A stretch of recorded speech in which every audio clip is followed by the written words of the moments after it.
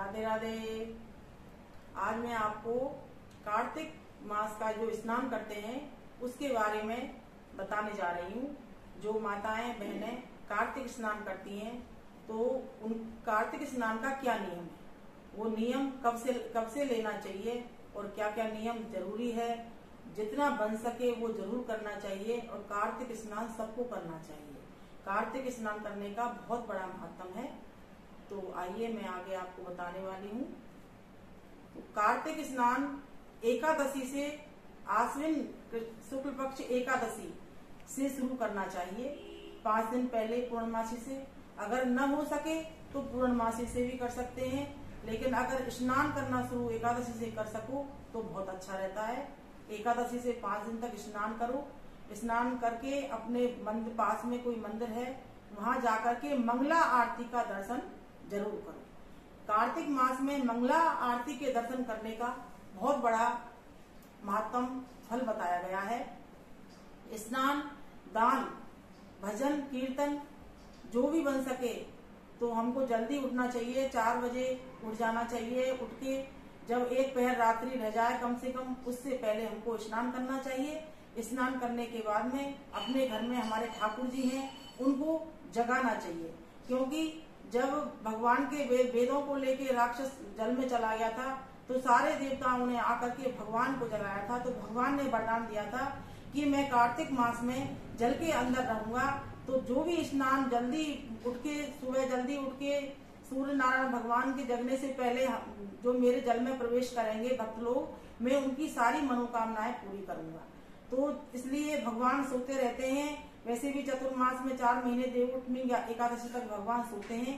तो भगवान को हमको सुबह नहा धो के भगवान को जगाना चाहिए। तो भगवान को कैसे जगाते हैं? अगर आपके पास में मंदिर है तो वहां मंगला आरती होने से पहले आपको वहां जाना चाहिए। वहां जाकर के भगवान के जो भी वाद्य आपसे बजाना आता है, ढोलक, हारमोनियम या मजीरे या कोई खड़ताल, झांझर, जो भी बजाना चाहते हो, तालियां, तो वो बजाने का बहुत बड़ा महत्व है। उनको बजा करके, अगर वो बजाना नहीं आता है तो आप ताली बजा सकते हो। जगाकर जो भी आपको भजन आता हो वो भजन गाएं। भजन भगवान को सुना करके भगवान को जगाना है मंगला आरती से पहले। अगर आपको भजन नहीं आता है तो और भी माताएं बहनें मंदिर में जाती हैं, वो भजन गाती हैं, तो आप सुने, बैठकर सुने और जो जितना आए उतना आप गाएं। तो भगवान बहुत प्रसन्न होते हैं। कार्तिक मास में सबसे बड़ा महत्व है मंगला आरती के दर्शन करने का।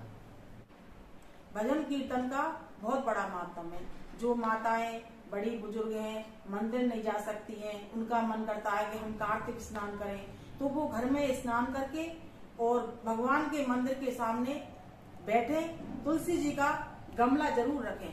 तुलसी जी और सालग्राम जी की पूजा विशेष है इस कार्तिक मास में।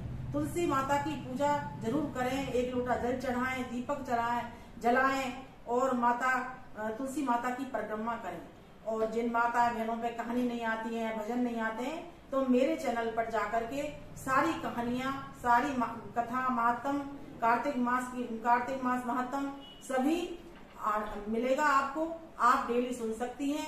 1 लोटा जल भर के रखें और दीपक जलाकर बैठे स्नान करके और अपने घर में ही नियम पूरा करें। सबसे बड़ा नियम है कि 5 बजे तक, कम से कम 5 बजे तक आपको स्नान करना है, क्योंकि इस कार्तिक मास में सूर्य नारायण से पहले जगकर स्नान करने का सबसे बड़ा महत्व है। और इसमें अगर आप सब्जी नहीं खा सको तो बहुत अच्छी बात है, नमक नहीं खा सको बहुत अच्छी बात है, अलोना पूरा महीना खाओ बहुत अच्छी बात है। अगर नहीं हो सके तो दाल बिल्कुल मत खाना। सब्जी अगर खाते हो आप तो पहले सब्जी भगवान पर चढ़ाओ, फिर आप उसको ग्रहण करो। एक टाइम खाना खाओ।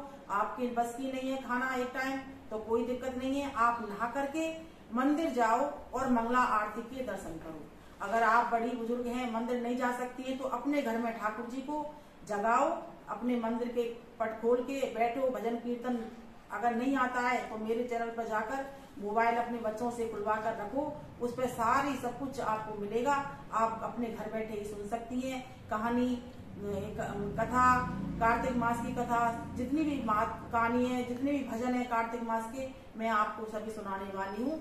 आपको सब मेरे चैनल पर मिलेगा। और सालग्राम भगवान का तुलसी रस से पूजन करें। तुलसी की मंजरी भगवान शंकर पे कार्तिक के महीने में चढ़ती है। तो आप अगर भोले बाबा की पूजा करने जाती हो तो तुलसी की मंजरी उतार कर ले जाएं और शंकर भगवान पर चढ़ाएं। कार्तिक मास में शंकर भगवान के ऊपर तुलसी की मंजरी चढ़ती है और भगवान सालग्राम विष्णु भगवान पे तुलसी के दल से पूजा करो। बहुत बड़ा महत्व होता है, आपकी सारी मनोकामनाएं पूर्ण होंगी। सालग्राम तुलसी की सबसे बड़ी पूजा है। विष्णु भगवान का रूप सालग्राम जी हैं। सालग्राम जी की और तुलसी जी की अपने घर पर पूजा करें, कहीं जाने की जरूरत नहीं है। कार्तिक मास में जितना बन सके परिक्रमा करना चाहो हो जाए आपसे परिक्रमा करें, और व्रत अगर रख सकते हो तो व्रत करें, नहीं रख सकते हो तो कोई बात नहीं है, लेकिन सुबह जल्दी उठ के स्नान जरूर करें जितना बन सके। भगवान कहते हैं कि अगर दरिद्र भी इंसान है तो उसको भी थोड़ा बहुत पुण्य धर्म दान करना चाहिए।